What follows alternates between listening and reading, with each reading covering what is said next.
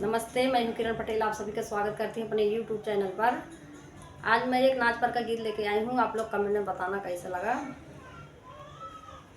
दिलावाली टिकुलिया पूरी अवई में बा, दिलावाली टिकुलिया पूरी अवई में बा। सोने की थाली माँ जेवना बनाए, सोने की थाली माँ जेवना बनाए। जे माई वाला पिया परदेसवई में बा, जे माई वाला पिया परदेसवई में बा।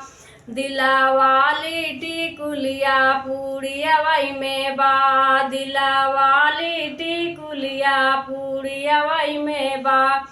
झझड़े गेरुआ गंगा जला पानी, झझड़े गेरुआ गंगा जला पानी। घूटाई वाला पिया परदेसवई में बा, घूटाई वाला पिया परदेसवई में बा। दिलावाली टिकुलिया पूरी अवई में बा, दिलावाली टिकुलिया पूरी अवई में बा। लौंगा इलायची का बीरा लगाए, लौंगा इलायची का बीरा लगाए। कुचाई वाला पिया परदेसवई में बा, कुचाई वाला पिया परदेसवई में बा।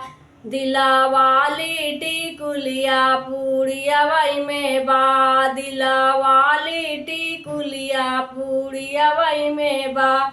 फुलवाही चुनी चुनी से जा लगाए, फुलवाही चुनी चुनी से जा लगाए।